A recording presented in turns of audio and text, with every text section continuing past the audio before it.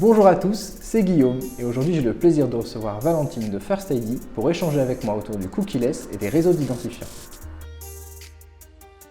Bonjour Valentine, tout d'abord peux-tu te présenter?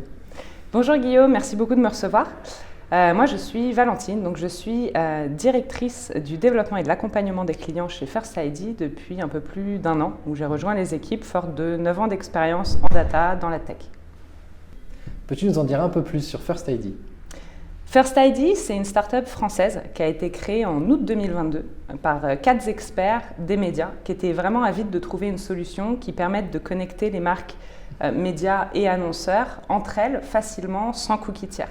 C'est comme ça qu'ils ont créé First ID, qui est un protocole déterministe qui permet à ces marques d'identifier l'ensemble de leurs internautes consentis sur tout leur site, peu importe le navigateur ou device qui peut être utilisé, qui permet facilement de qualifier et modéliser leurs audiences propriétaires autour d'une clé unique de réconciliation de toutes leurs sources de données first party et d'activer ces audiences qualifiées sur l'open web partenaire de First ID sans limite de reach. Brièvement, peux-tu nous rappeler les conséquences de la fin des cookies tiers sur les marques? Cette année, c'est 59% des utilisateurs de Google Chrome qui vont devenir invisibles pour les marques puisque Google a commencé à supprimer les cookies tiers sur son navigateur. Tout à fait. Depuis le 4 janvier d'ailleurs, 1% des utilisateurs n'ont plus de cookies tiers et Google Chrome prévoit pour septembre 2024 de supprimer pour 100% des utilisateurs les cookies tiers. Tout à fait. Et ça, c'est sans rappeler que les 41% restants sont déjà invisibles pour les marques depuis 2017. Les conséquences sont multiples. Je dirais qu'elles sont de 2 ordres. Tout d'abord, il y a des conséquences puisque ça va devenir un vrai challenge pour les marques de répondre à leurs enjeux data, leurs enjeux d'identification d'un internaute sur leur site propriétaire, des internautes qui pourraient ne pas être logués et donc pour lesquels il n'y aurait pas d'email qui sont souvent compliqués à recueillir.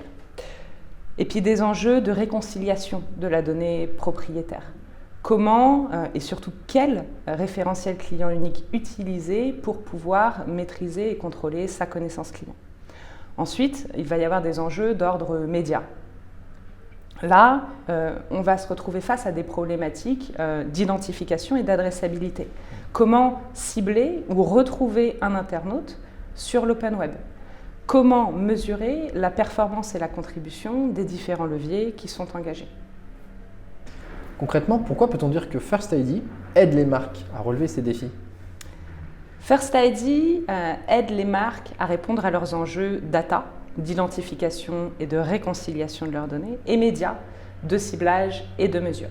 Parce que First ID, c'est une solution qui est précise, c'est une solution d'identification déterministe, je le disais tout à l'heure, qui permet d'identifier les internautes consentis de façon avérée grâce à différents signaux. C'est une solution qui est puissante. Aujourd'hui, ce sont 85% des visiteurs uniques français qui ont un First ID grâce à une couverture de la solution sur plus de 120 sites, médias et annonceurs en France. C'est une solution qui est privacy compliant puisque nous respectons évidemment le consentement utilisateur, mais aussi la souveraineté des marques quant à la collecte et l'utilisation des First ID qui vont leur permettre d'identifier leurs internautes propriétaires. Et enfin, c'est une solution qui est interopérable, c'est-à-dire qu'on peut lire, écrire, activer avec la majorité des solutions ad tech du marché. First ID n'a pas vocation à supplanter les outils déjà en place chez les marques.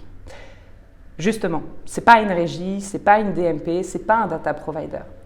C'est réellement une solution qui a vocation d'aider ces technologies, ce stack publicitaire existant, à pérenniser une proposition de valeur qui est mise en péril par la disparition des cookies tiers. Plusieurs catégories de ciblage ont vu le jour ces derniers temps. On entend parler de cohorte, de sémantique, de contextuel. Quelles sont les alternatives les plus pertinentes aux cookies tiers? Il existe différentes catégories de solutions de ciblage qui peuvent être considérées comme des alternatives pertinentes aux cookies tiers. Mais ce niveau de pertinence va dépendre de la spécificité des enjeux des marques.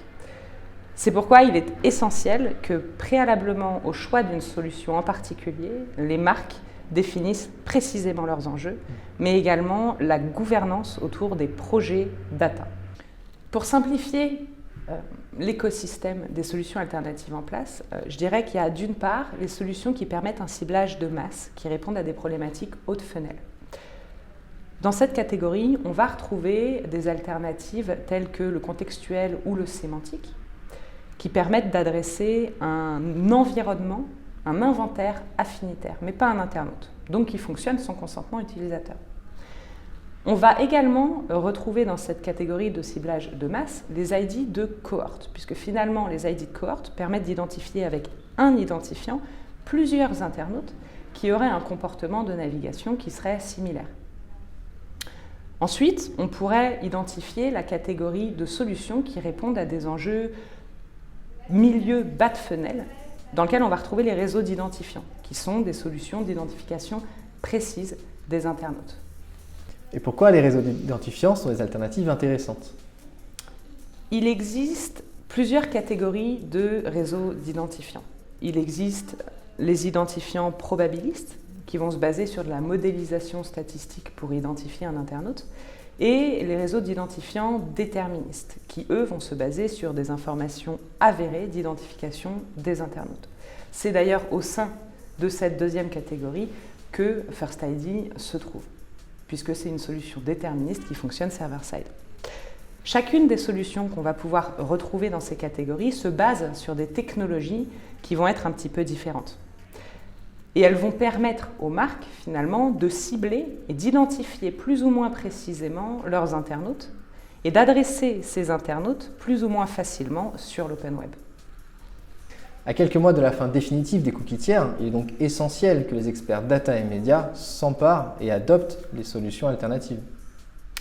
Je te rejoins tout à fait sur ce point, Guillaume. Nous, aujourd'hui, chez First ID, nous évangélisons les principes fondamentaux de nos solutions auprès de ces partenaires, de ces experts data et médias qui sauront l'inscrire dans la stratégie globale des marques.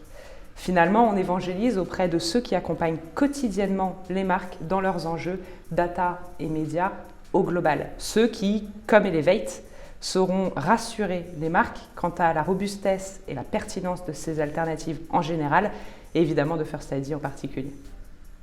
Merci beaucoup Valentine pour nous avoir partagé ton retour d'expérience sur la solution First ID et les réseaux d'identifiants. J'espère que cet échange vous a plu. On se retrouve prochainement pour une nouvelle vidéo. À bientôt!